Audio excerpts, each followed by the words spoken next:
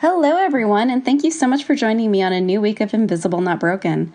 Today I'm talking to a very dear friend, Colleen, about her husband who has Stargardt's disease. Listen for the way that they plan as a family for finances and for travel, how denial is not always the worst thing, and how she knows if she hasn't been taking enough time for herself. Hint, there is the perfect noise that she makes for the I just can't deal with it anymore. Thank you so much for listening to Invisible Not Broken, and please remember to share us with a friend. Okay, my name is Colleen White, and I caregive for my husband who has Stargardt's disease. And this is a retinal degenerative disease where the retina of his eyes will slowly degrade and he'll go blind. So for all of us who are still really bad at biology, retina is what part of the eye? The retina is the back part of the eye that the light lands on, Okay. and that actually converts the light signal into nerve impulses so that your brain can determine what you're seeing. And Stargardt's disease is a genetically recessive disease that is the number one cause of blindness in adolescents and children. And for whatever reason, my husband has a very, very slow progressive disease. So we didn't really find out about him having this vision blindness issue till about 7 years ago. Wow. And so since this was in his family, was there anyone else in his family who've been affected by this? Or Well, he didn't think of anybody, but then he remembers like a great uncle somewhere way back in the nether reaches that was blind, but we don't know why that person was blind. So it came as a real surprise to everyone, especially his parents, because it's a genetically passed on disease and it's recessive. So that means both the mother and the father had to give him a copy of the gene to make it be seen, be to manifest. What randomness in the world! Random. Like, yeah, exactly. And and it was even more random than that. In that, at the time, our daughter was, I think she was like less than a year old, 9 months or so. And we were both starting to find a new equilibrium as a family. And I had encouraged him to start taking on some hobbies. Yeah. And one of the hobbies that he loved doing when he was a kid growing up in the northern Canada was to go shooting with his father. And so he started going to the shooting range and he bought all this gear and, started driving down and finding places that he can go shooting. And then he started realizing that he had a hard time, like he could shoot really, really well down low on the horizon. But as the skeet went up higher to where it was the central place where most people have a great time shooting it, he would lose track of it. Wow. Yeah. So as it's degenerating, it will affect different parts of his field of vision? Yeah, so I refer to it as like donut vision. So his peripheral vision right on the edges will remain intact. It'll be perfect. And then there's a part of the retina that's called the fovea. That's the most concentrated, and it's just off center. And that will, and I don't remember if that's the last to degenerate or he may have it mostly spared. And that's what you use to read. Wow. And so everything between the periphery and the fovea will just go blurry for him. And the brain's an amazing thing, because what'll happen is if he's looking at a static field and he can move his head around, then his brain will get the picture and then it'll look normal to him. That's almost right? It's just almost like a blessing in that your brain is so smart that it can like not leave these blank holes. Right. You'll get fuzziness. Yeah. You just get fuzziness where something's not quite being seen, but the brain will fill it in. What happens is that if the environment changes, and depending on where he catches it, unfortunately, his periphery is really good. I mean, amazingly good, that as something moves into the field. So my husband's eyes, they call it donut vision, and the eyes will fill in the spaces. So it'll be blurry, but he'll catch things as they come into the periphery. But then, so like say, if he's driving and a dog runs out into the street, he'll see the dog coming from his peripheral vision, and then it just disappears. Wow. Okay, so I know this is a slow acting thing. Has he given up driving, or is he still able to drive? So we had to make a family decision after a couple of scary incidences that he has to not drive at night. How did that conversation go, if you don't mind me asking? Well, we were we were visiting some friends, and I do most of the driving anyways, especially when we're in an unfamiliar area. But this was sort of a familiar area where we were visiting my friends, and we needed him just for logistics. He drove home from where we were that night, and he'd gone and stayed later, and we had left earlier, blah blah blah blah blah, and he ran into the median. Wow. In the rental car. Fortunately, he wasn't going very fast, and fortunately he was able to pull over to the side, and he called us, and it was a rental car that we had paid all the insurance on, so we just called them, and they picked it up and dropped off a new car, and no big deal. But then, because we were at my friends and they're doctors, my friend was like, okay, you're not going to be able to drive anymore. I'm going to have to report you.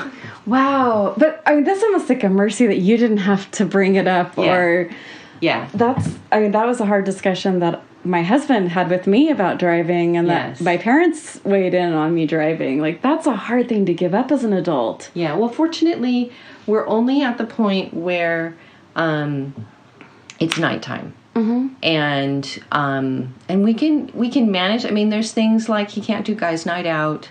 Going up to the city, we have to kind of think about logistics.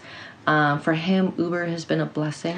Yes, as much as I hate that company, like, for all of us sick people, oh my God, Uber or Lyft. Or Lyft. My husband's got both apps, and he does both of them because, he hates the Uber increase in prices. It's at peak times, I think is what the deal is. Or, if there's an emergency. Yeah, exactly. So, oh gosh. So we use Uber for things. But I think my husband took it well. He probably felt more uncomfortable long before we had to have the conversation. Okay. Yeah, so we had already kind of transitioned to me doing primary driving, especially at night, because it was just hard for him. His eyes don't respond very quickly to changes in light. So, for example, if the oncoming cars have lights, they shine, activate his retinas, and they all, how our pupils, they shrink immediately. Your eyes get washed out, they shrink down, and then you can respond to it. So my husband's eyes react so slowly that he literally cannot see anything for like 30 seconds. Wow, and 30 seconds is an eternity when driving. When driving, especially at night, and I think that's what happened. Just there was somebody with their headlights and washed out his eyes, and in this part of the town where he was driving, it has this big median, and then the median disappeared for turn lanes, and then it would come back. And my husband loves to braille drive, and he literally braille drives. That's a little frightening. He literally follows those bumps, man, sometimes. So things like tunnels would throw him off during the daytime. Things like a long drive through the redwoods, the dappled light. He can't handle it. When it goes light, dark, light, dark, light, dark, light, dark, his eyes just can't keep up with it. Now, you have a fairly young daughter. Yes. Has this been a discussion in your family, or is this something that hasn't been broached yet? We talk about how Daddy's eyes aren't very good. Okay. We talk about how they're not very good, and and she's still young enough that she's not quite comprehending it. But we're now at a stage where, and she's 8, where I'm trying to get her to be more of a helper. Yeah. Right? And help me out. And that's great for all kids. Yes, it's great for all kids, and it's really super easy because we just have one little miracle, and it's so easy to just kind of... It's such a miracle. She's fantastic. She's such a sparkle. She is. And, so it's easy to... Spoiler, I guess? I don't know. That's not a spoiled kid. That is a very conscientious, she's lovely very conscientious critter. Yeah, but she doesn't like having to make her bed, but what she does. I still haven't mastered that. So this isn't something that you are as far as things that you have to deal with every day, is this something that is something you have to think for every day, or is that not where you're at yet? We're not there yet. We do. I was thinking about this because when you asked me to come for this conversation, and I was like, okay, so what really does drive me at this point? Because my husband's pretty independent, especially during the day. But what it does is it really kind of drives a lot of our decision making in the day to day and in the long term. So we do things like, so my husband's an entrepreneur, and we're very blessed that he's a good entrepreneur, and he very yeah, and he works very, very hard, and he loves it. Mm-hmm. And he builds machines, and he sells machines, and he just is on fire for it. And he recently started a new company, and so he took the opportunity with this new company to relocate so that his offices are within a mile from the house. Oh, wow. So he can walk. Brilliant. Especially in the wintertime when it's dark at 4 o'clock or 5 o'clock, right? So I don't have to worry about him driving home on the freeways. Even though his last office was just 2 miles away, and it's a straight shot, and, he knows the route. There's always a dog that can run into the road, or and people I feel like are getting crazier and crazier and driving around in this area, and people are a lot more aggressive, and my husband drives aggressive too, and so on the day to day, I think it just affects what our decisions are. So we do things like we're more aggressive with our investments, and we're more aggressive with things that we love to do, like travel.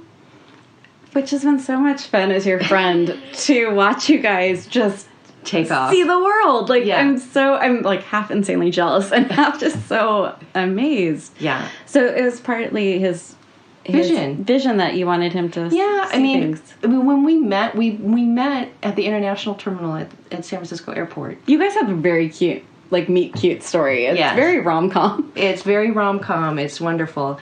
But, that lays the foundation that we loved international travel. And we've been fortunate that we've been able to basically almost every year of my daughter's life take her internationally, right? And she now is able to brag that she's been on every continent except for the Antarctica. That's an awesome thing to say as a kid. Yeah. And that's really interesting about how you choose your long-term plans. Do you have any other long-term plans that are... Yeah, so I'm always on a mission to kind of keep our life really simple, right? Keep our stuff pared down. We have clutter like everybody else, even more so sometimes, I feel. But we try and keep things decluttered because my husband can't see anything when he opens a drawer. I try and put things back in the refrigerator in the same places. And, so that when he opens the refrigerator, he kind of pays it. He can find what he's looking for. Like the eggs are always on the right-hand side, and the milk is always on this shelf, and the condiments are here, and the meats are there, and the produce, and so my husband may not actually pay attention to these things, but I think they help him without him realizing it. And so a lot of what I do is spin plates in the background so that it makes it easier for my husband. And at this point, other than him, giving it 110% building his company so that, basically we figure he's got about 10 more years before his, or less. We're not really sure when. We've been fortunate in the last couple of years. He's been taking some anti-inflammatories that seem to have slowed down the progression of his disease, even though there's no treatment, there's no cure. We've done some research and we found like the turmeric extract, curcumin. We think it's been slowing it down. So, but honestly, I think his eyes are deteriorating more than he's willing to let on sometimes. Well, we just talked before we started about the wonderful, and I don't say this sarcastically, a world of denial. That yes. Denial is not always the worst thing in the world. Yes. It can be a coping mechanism. Not only is it a coping mechanism, but and I didn't realize the power of it until, so when my husband was diagnosed, and we ran around and we got in touch with this amazing group called the Foundation Fighting Blindness, and we donate to them generously, and they focus on retinal degenerative diseases and research and funding research for these diseases. And they have a walk, and you can reach out to them and they can help you find people with Stargardt's. And so, we had to, just because we're like, well, what's this going to be like? And we found a few people in the area here that my husband can meet and that I can meet. And there was one that I met with my husband, and, he talked about how he mostly lives in denial. And my husband's like, see? As he's like slapping me on the thigh. He's like, see? Denial works. And I'm like, okay. You can have your denial. It's fine. We'll, but like you said, when we had the conversation about the car, then we're frank enough about it. And, and he's willing to say, like, if you ask him about it, how's it going? He'll tell you. But I think sometimes, so he'll tell you, and he likes it when people ask him about it, but not everybody knows, because he's really doesn't want to, like, hey, hi, this is, I'm so-and-so, and I have Stargardt's, right? And to be fair, I mean, like, the two of you look like the pictures that people put in frames, like, to sell the frames. Like, you guys are adorable and super healthy looking. Like, you would never look at you or your husband and think that you guys are dealing with something. Like, you both are very successful at what you do. Yeah. I don't think I've met two more driven people in my life. And I could see where someone would look at him and wouldn't take the first guess that anything was even remotely wrong. He's very good at being great. He's very good at being great. He absolutely is. And there's some things that, I love my husband dearly, but he's got one of those over-the-top personalities, right? Like, you either love him or you hate him. I can't imagine hating him. I adore him. I know. Well, you're in the camp of you love him, right? I like big personalities, to be fair, and he's really fun to chat with. He has stories. Yes, but I mean, we had some guests over one time for dinner, and they asked us, like, in all honesty, this guest asked my husband, why are you like this?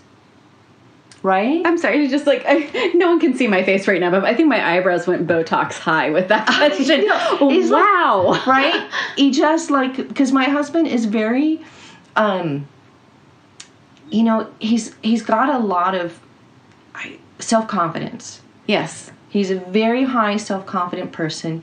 He can be, above snarky, right? He just says things to annoy people, right? He just likes to stir the pot, right? It's fun to watch. It's so fun. But he's aggressive in business. He's always all out, right? Mm-hmm. We're pushing hard for our travel adventures. We push hard for our investments. And he's proud of himself and what he's done. Yeah. Rightfully so. And we have this person go, why are you like this? And my husband's like, it's because of who I am. And I understood that, as a caretaker, as someone who watches someone with an invisible disease, I knew what the guest's question really meant. Mm-hmm. Like, why do you do all of this? Why do you take all these risks? Why do you live so extravagantly? Why not live extravagantly? Because, life is short and you embrace it wholeheartedly. And my husband's definitely one of those people that does this. And I looked at him and I said, the guest, I was like, my husband is going to be blind in 5 to 10 years. Mm-hmm. He's not going to be able to work the way he's used to working now. He's not going to be able to see the world. And we don't know what that's going to look like. So we're living life now. Mm-hmm. We're traveling now so that we can see the world. He can see the world. And we're making investments because we don't know if he's going to be able to work. We don't know. I mean, if you were told, if you were given the blessing of knowing that in 10 years from now, mm-hmm. you're done, right? All your earning power will either diminish or not be the same, or you have no idea how you're going to do it, right? How would you respond? I mean, that would be a gift to know these things, right? Because you'd be like, okay, well, I better travel. I can't wait till I'm 60 to travel around the world. I can't wait till I've got, $1 million in the bank before I can do blah, blah, blah. You just do it. And my guest was just shocked. I still think he doesn't get it. And this is one of those peripheral friends. But I think he had a little bit more understanding. There's some people who don't understand the type of risk-taking that my husband's willing to do to have the life that he wants to have. And as his, I know you call me a caregiver, but I consider myself more of an enabler, a supporter, the backstage runner of all things that makes sure everything moves smoothly so that we can go where we want to go and do what we want to do, and just make the everyday life just kind of happen. And I love it. It's hard. It's hard for me sometimes. But then there's the days where, I watch my husband, and he's, reading the newspaper on his iPad, and he's holding it like 2 inches from his face. And that's when it makes me realize, this is a real thing. And his vision is probably worse than he lets on even to himself. And, I don't know what our future is going to look like, but I do know that, we're focused on what really matters to us. At times, we forget like everybody else, and, but we try and focus on, travel adventures and, making sure that financially we're on a good foundation. My husband's doing what he loves. I'm doing what I love, which is, taking care of my family and building community. And I do a lot of self-care, which, if ever I get into a point where I'm like, can't deal with it. That's a good sound for I can't deal with it, by the way. That was somewhere between a growl and a sigh. That really expresses it. What self-care do you do? I love exercise, and so I have to exercise. So unfortunately, I work as a project manager where I'm at, so I schedule all the meetings. So I can easily schedule the meetings around my lunchtime workouts. So twice a week I exercise, and what else do I do that's just for me? I read. I try and get a lot of sleep, but menopause. Not gotten there yet, but I think it's one of the cruel jokes that we wait all this time bleeding every month, and then like, oh no, just one more surprise, just hold on. And that's another invisible illness, by the way. We can have you come back and talk about that, because my mother is so frustratingly great at menopause, and she's like, no, it's a breeze, honey, nothing. I'm like, not what I've heard. You are the anomaly to everything. Yeah. But yeah, so what is it? Resentment. So that was the word. If I find the resentment building, then I realize that I haven't been taking care of myself. And that's a great way to look at that, by the way. Yeah. Is like, instead of turning it outward or inward. Trust me, I've had plenty of fights with my husband. Like, why don't you do the dishes? Gosh darn it. It only takes 10 seconds to put the dish right into the dishwasher. Just put it in the dishwasher. It doesn't help on the counter. Well, you were in the way. No, just like open it up, put it in. I'm like, just something simple like that. But it is nice to see the humanity in that, by the way.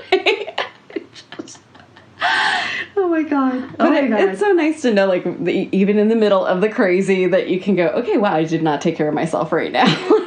This is the time. Does it really matter? Does it really matter? I'm like, yes, gosh darn it, it matters to me. In this moment in time. It matters, damn it. I've been in here, I've been cooking and cleaning and eating, and now I have to do, it's just. Well, because you're also not a stay-at-home mom. You have a super high-level career. Yeah.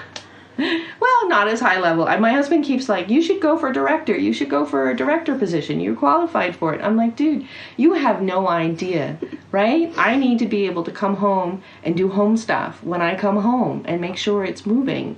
And you're also one of the most dedicated moms I've ever met. Like, you are so amazing. Thank you. With your daughter and providing experiences and such focused time. Yeah, just, reading every night. That's also a bit of a self-care, even though I fight about, go to sleep. God damn it, go to sleep. But it's still a precious time. And I hate holding on to the bedtime routine. I'm right there, like, every goddamn night. Every freaking night. Every night. I think it's the every that's always the issue. Yeah. With everything, with marriage, with family, with children, with pets, it's the every. Exactly. Yeah, I think my first every meltdown was at about 3 weeks, when my daughter was 3 weeks old. And I just was like, oh my God, this is forever. Sorry, the maniacal laughter is me. That I get that so much. And I think about it, and and again, to bring it back into the context of my husband, sometimes I'm like, oh my God, this is forever. Wait a minute, that was part of those vows. Shit. Which, by the way, we for sickness and in health, and I'm like, okay, but for my husband, he's like, I'm so glad I'm married now. And I'm like, yeah, and guess what? Because you're going blind, you're not going to see me get older. Yay, score for the blind person. There's something I hadn't considered before. I don't have to worry about Botox or facelifts, because, as long as I keep my body sort of, by the way, just so because no one's seeing this wonderful woman's face, I have known her for years. I photographed her for years. She looks younger than I do, which is a little annoying. But if she's talking about Botox, you have to understand she's like a day over like 34. Yeah, and I haven't gone there. I'm hitting my late 40s now. So. Yeah. I had never considered that of things you don't have to worry about or think about. Like, exactly. No, I'm totally dressed up, honey. No, I really just like that lingerie is on. I promise. It's an upside, It's an upside. You gotta count. You're good at like the shiny little cloud, like silver lining. Silver lining my whole life, man. Like, okay, what's the upside for this? What's the upside for this? Some days it's the mantra. It's like, upside, not leaving here until I have my upside. And that thumping you hear in the background is my feet tapping as I. It like, and a very good like lotus pose for a minute there. So for things that I know that there's no cure, no treatment, is there anything in technology that he's starting to lean on, like audiobooks or like Google walking maps? Like I know with my little watch it will buzz me to turn left. He waits on bated breath for self-driving cars. Fuck, me too. Like, when? Yeah. I was so excited that Congress actually got together, Democrats and Republicans, shock of all shocks, and are trying to push this forward. Yeah. This means so much for all of us invisible illness people. A lot of people. Yeah, that's huge. So self-driving cars. I mean, even to the point where we go back and forth on whether we should do the Tesla, because it's got all that self-driving features in it. Yeah. And, but, $100,000 for a car is just... I've known a few people with Teslas. I've gotten to be in them. They're beautiful cars, but I can't. Judgment, but like we certainly couldn't even begin to afford it. But even when we were on the fence on like when I was working and we might have afforded, like I just couldn't write that. Like no. But we did get the Subaru Outback, which had amazing features that were super. Like it was even expensive for us, but when I was still driving, the brakes that would just apply themselves if I wasn't able to were pretty. Yeah, that's neat. Fantastic. That's neat. Yeah. Yeah. So other technologies. I mean, touch screens. Yeah. Touch screens. Being able to touch his computer screen and scroll that way. Because for him, he would lose the mouse, the little arrow. I hadn't thought about it. He loses track of it. I was like, where's the damn? He'll scroll it in and it goes right out of his point of view, and he just like, where is it? And so he paid extra and got his work computer has a touch screen. Okay. And he can just... Because Microsoft just got a new desktop that is like all touch, and you can actually move the monitor everywhere. Yeah, he's not to that. He just has a laptop, but it's a touchscreen laptop. Very cool. Yeah, and so he can just touch what he wants to see and expand it, and so that's been a technology he has. He did early on when he was still going through the first bout of angry buy a cane, but I forget what the reason was. I think he was going to shove it in somebody's face that he was mad at or something like that. That's actually kind of a fun part of canes. But he's got it folded up and put away. But so, and I know people are, is he learning Braille? No. Is he learning to use a cane? No. Like I said, denial is a real heavy factor here. But, he doesn't have a problem, and again, this is where we get back to the fovea, which is the part that we use for focusing to read. In him, it's still pretty well preserved, so he can read. It's just the font has to be small. So for him, stuff that's made for people who have sighted vision problems, it all comes in this extra large font, which for my husband, it doesn't fit into his field of view. So like children's books or reading to our daughter is very difficult for him. Yeah. Very, very difficult for him because he has to kind of move his head a lot to get the whole word into view. Oh my goodness. Wow. Things that you would never think of. Things you would never think of. And the other thing is that, and I, we talked a lot about this between he and I in business, and he used to do a lot of negotiations. So his primary field of view is just off center because that's where the fovea is. It's just off center. And so for him, if he's looking at you and he's looking over your shoulder, he's actually, and a lot of people, he's got such a strong personality. They just think that's just him being a strong personality. And in reality, what he's done is he's actually putting you in his field of view so that he can see your face. So how does that affect, like, his relationships or... It, for him, it doesn't bother him. Okay. Right? I mean, we've had conversations, and I remind him, like, now remember, when you go into that business meeting, make sure that you look them in the face, right? So that they feel like they're being looked at. And I think he does a pretty good job because he does well. But I think, like, for people at our church or in social situations, he doesn't recognize anybody. I mean, we've had friends that we've hung out with, and if he sees them out of context, so like some of my lady friends from swim team or something like that, and they're sitting next to him at a restaurant, and they're like, "Hey, it's me!" And my husband's like, just looking at him going, "Yeah, I can't do facial recognition." Does he just say that, or do you say that to them and warn them? So I usually go around in the background, and I've helped smooth a few things over for him. With some neighbors who are like, "Well, he's such a jerk. He never even waves at me," and I'm like, "Dude, he doesn't even see you. Yeah, like literally, he can't see you, right?" Do you find that some people are like just resistant to understanding that he has this? I think no. Okay. They're not resistant to understanding. I just think that, like, they understand it on a cognitive level. Okay, his vision's going. But in the day-to-day interactions, they don't think about it. Subtle things like, my husband will be hosting at a party and he goes to pour wine and, he'll miss the glass. So usually I bring my glass right up to the edge of the bottle and let him pour it into that, and that helps him not spill everywhere.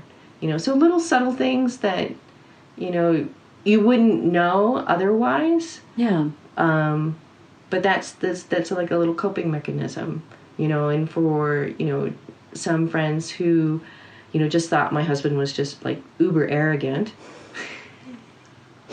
which he has a lot of self-confidence, and he's a big personality, yes, and there is true... I have to admit, I was intimidated by him the first few times I met him. I like him so much. I never did not like him, but I was a little intimidated. He's very smart. Yeah, he is. It's fun. But you have to kind of, like, say, some of the people who we see on a regular basis, I'm like, look, he can't recognize me in a crowd. Mm-hmm. He can't recognize me in a crowd, right? He can't find me. He can't recognize faces. You know, just when you approach him, say, hi, it's Natalie here, right? And then that helps him. So that brings up a question for me just off the cuff is, how does that affect for him to watch your daughter in crowds, like at a big playground, or is that something that he can still do with trying to like find her quickly? Yeah, you know, she's very conscientious, and she comes back.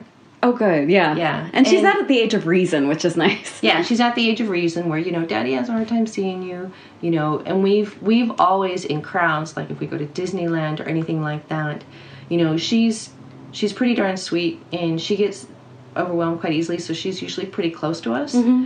But we've always taught her, you know, if you lose sight of us in the crowd, stop. That's a good advice. Just stop. Don't move. Just stop. Because we're probably 2 people away. Mm-hmm. We'll realize you're not there, and we'll come back and get you. Right? So don't move. Right? Just stop. That's the best thing you can do in a crowd if you lose your kid at Disneyland, right? It's just have them stop. And stay right there. And it's always worked, you know, and it's never been a problem. Like, I was terrified when she was 23 months. We went for 3 weeks to France and Italy, and I was worried, like, I'd be in Paris and she'd run off, and, you know, we'd be in Rome and she'd run off, and, you know, because I know some kids are like that, you know? I'm like, I had my leashes ready. I had my, you know, and back at the time, they don't have like all the apps and stuff that they have now. Yeah. You had to put this little teddy bear that screeches, you know, when you push the button. And that sounds horrible. Yeah, like you screaming teddy bear. You strap it onto their shoe and they screech away. And when you press the button, oh my goodness! And I brought that, and you know, fortunately, she just wanted us to carry her. That makes it so much easier. So much easier. It means that, you know, I have to be strong enough to carry a 40-pound child or a 50-pound child or a 60-pound child. And now she's... But you love exercise. So. I do. You know what, honestly, on some of those CrossFit workouts that I do, that was my motivation for the heavy carry, is like, this is my daughter, and I'm carrying her 100 yards. You know, this is what I got to do. And I was able to keep up with her until this year. Well, yeah, I can see that. So you do CrossFit. That's extreme. Do you feel like it's like that's some powerhouse moves? Is that good for getting aggression or stress?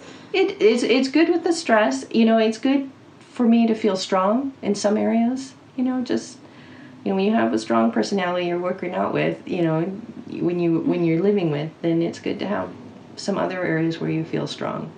So I just do it because it's fun. You know, honestly, I got started in it because of the convenience of the workout, because it was close to my office and it was at lunchtime, and I went, and I didn't actually like all the strongman moves, but I just kept going because I needed it, and it helped keep me calm, and then I started liking it.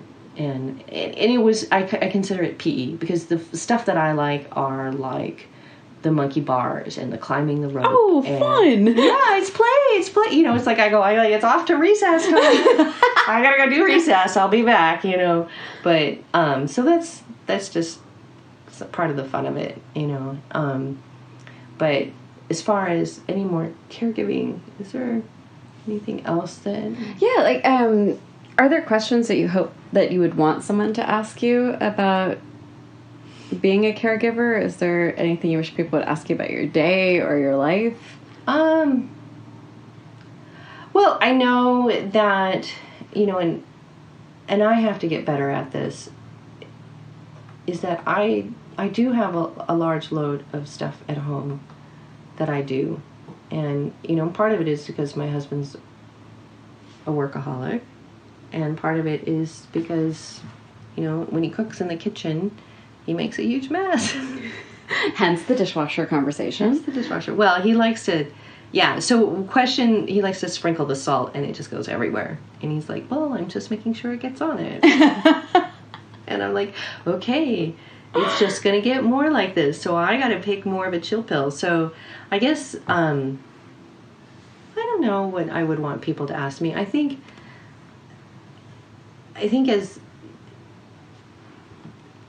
I think for both my husband and I, sometimes it's more of an interest in the disease. Okay. What is this? What does it mean? What can I do to help? Foundation Fighting Blindness, FFB. I'm going to put links to everything we talked about in this. They're amazing. And I know everybody's got their little pet thing, so if it's not your thing, it's ours. It's all good. So that's what we do. And, what does it mean? Having this conversation was so meaningful to me. I was like, wow, somebody wants to know what my perspective is, and I think about it, and we're in a good spot now where we're past the whole, we just found out about this, holy moly, how's this changing our life, and what's this going to mean?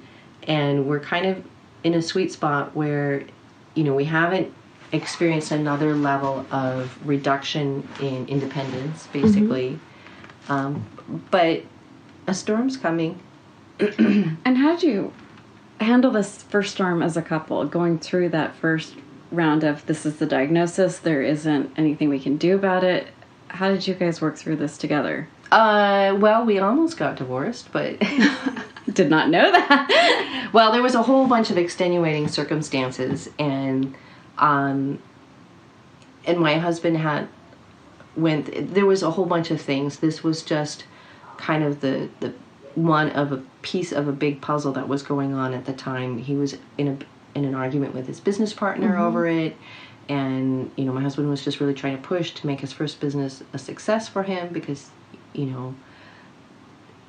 he has this vision loss that we don't know what it's going to look like, and so he doesn't know, and there was a lot of not good understanding from the business partners, and so that stressed him out. And what is this going to look like? And there was a lot of fighting, and there was a lot of anger on his part, and it was really, really hard. A lot of things fell on my shoulders, and it was a really tough time. And then this was kind of the lowest low point, but it's hilarious. My husband got into a fist fight with one of those self-checkout machines. Okay, I've almost done that. Yes. Those things are evil. Evil. And for someone who's visually impaired and it freezes up, yes, it's impossible for him to figure out what the hell's going on. And he was having a rough day, and he just punched the damn thing. And unfortunately, again, because of his vision, he did not realize that there was a police officer self-checking out right behind him. And the manager was like, he just busted a big machine. It's $45,000 machine. And so they arrested him. Oh my God. Yes. I actually want to shake his hand over this, because I've been with those self-checkout machines, and it has never come to blows. But it's been, that's mostly because I dislocate my wrist if I tried to punch it. But they're horrible. They're awful. But I think it's just hilarious, because we've all wanted to punch the damn machine. We all wanted to do it. So close. Yeah. So close. My husband did it. It was rad. It was awful at the time, but it was rad. It's just like one of the funniest stories. I mean, I'm like, okay. So that happened. So that happened. How do I bail someone out of jail? I mean, like... You have learned new skills. I have new skills all the time. It's just like... Anyways, by the time he got home that night, I'm like, okay, we're going to have to do something differently now. You either pick your business partner or you pick me. And yeah, the business partner is gone, so I think he chose wisely. He chose so wisely. I mean, you are fantastic. Thank you. So, you've been through this. Yes. What would you say as advice for anyone who's just gotten a diagnosis and is in the middle of a marriage and trying to figure out how to handle these first few months? Is there anything you see in retrospect that you're like, that could have been different, or I wish I had done this for myself, or... I think you have to really kind of figure out what type. You have to go through the grief process. You have to recognize that this is another grief, the thing that causes grief in your life, the map that you had of your life and what it is supposed to be. Mm-hmm. You have to grieve that loss. Oh God, yes. You have to grieve that loss, and you have to give your space to have that. You know, and there are plenty of books out there about how to grieve, so get a good one. And, you know, maybe there's one out there for illness and grief, but... I think you should write that one. But, you know, so you have to combine that, like, whatever you thought, and then prioritize what's important to you. I mean, really, don't let life walk over you, right? Just, like, what's important to me? What do I want to have happen? And if it's at all possible, maybe you can do one of those things, right?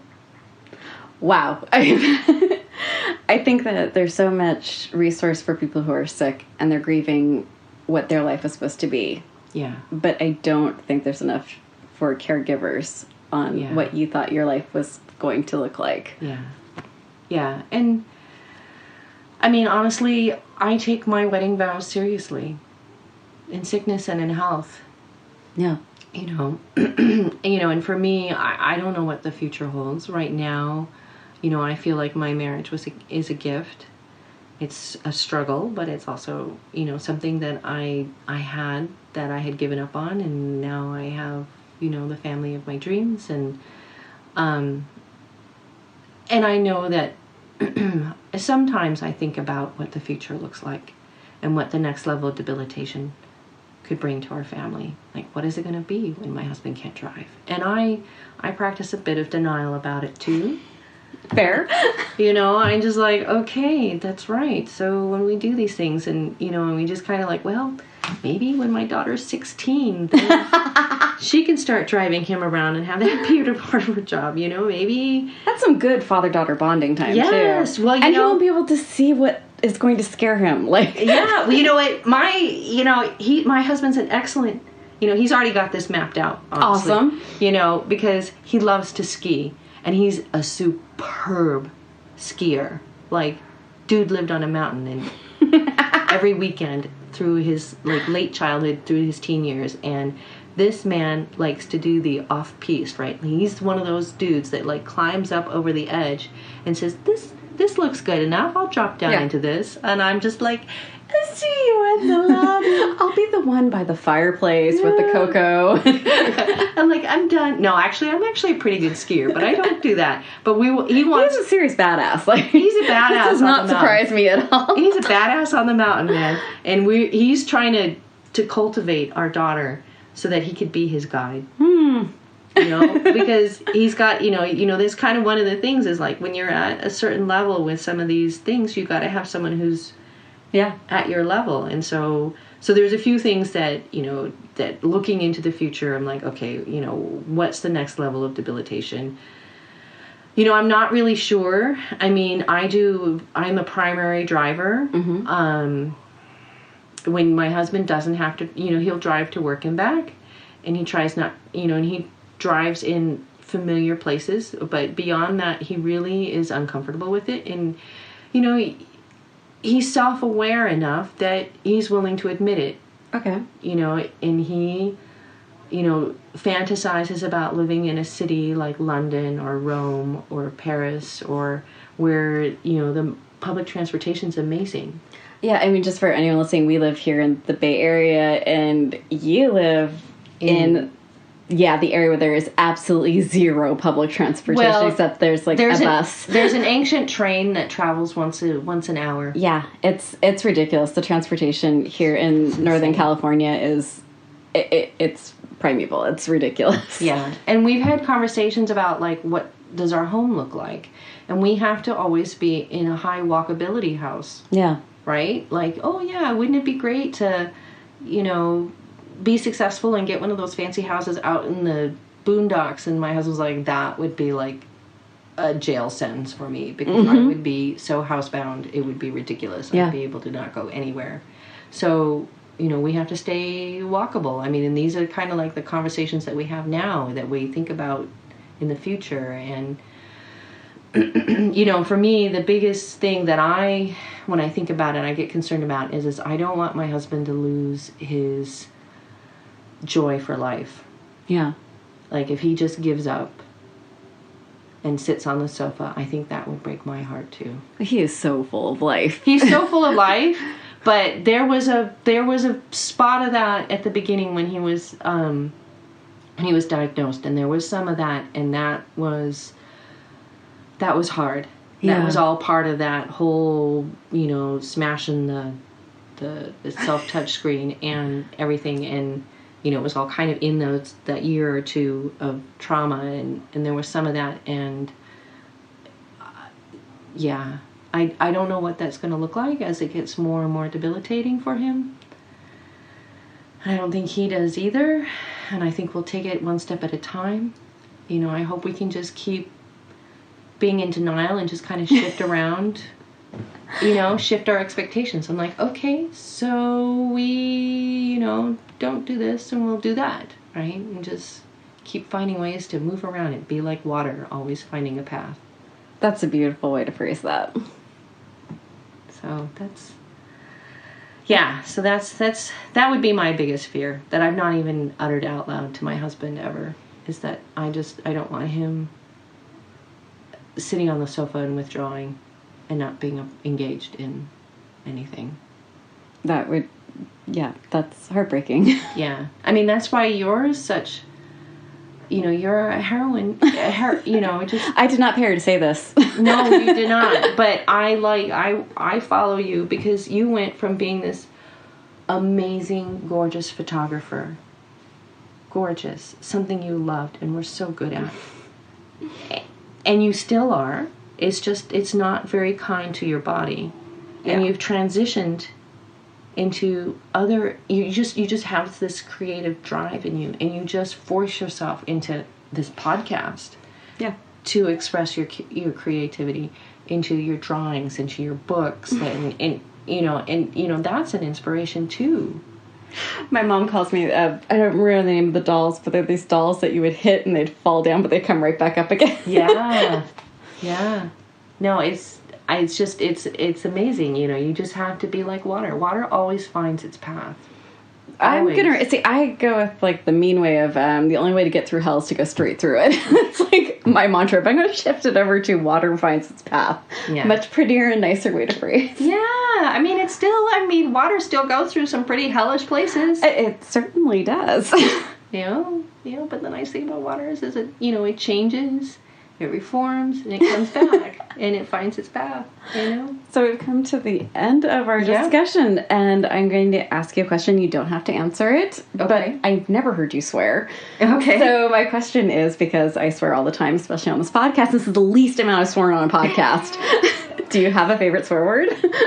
I was thinking about this because I've been following all of yours. I'm like, well, which ones do I use? Which is hilarious because my husband I'm married to is an oopsie daisy, gosh darn it, golly gee whiz guy, and it must be the caregiver gene, right? It might be because I am like a walking HBO episode. Probably shit. Yeah? Yeah, I can't quite go as far as, the one that is your favorite. Yes, I do have a personal favorite one that you can use and you have to listen to the other podcast to get that. And next week's podcast as well, yes. Okay, but mine, I think, is shit. Yeah. Excellent. Thank you so much for talking to me, my first caregiver interview. Yes. I love you so much. I love you too. Bye-bye. Thank you so much for listening to this week's Invisible Not Broken. We are up to 55 5-star reviews this week, and thank you so much, Ms. Mosier, who says, although I can never truly understand what the daily experience is like, I am grateful to hear the voices and stories of people who have invisible illness. It has brought me more awareness to my world, and that is something I always value. I hope that more people will listen and understand this is a real thing, and we need to actually take invisible illness seriously. Thank you for all you do to make the world better for everyone. Thank you so much. That is exactly what this podcast is about. You are so wonderful for leaving that feedback. Please leave a review and share the podcast with your community. Okay, so next week is a panel talk with my co-host, Kiros. It's going to be called Everything You Wanted to Know About Sex, Relationships, and Chronic Illness But Were Afraid to Ask. Mom, maybe don't listen to this one, okay? Tweet or message us your questions that you would like answered. Until next week, be kind, be gentle, and be a badass.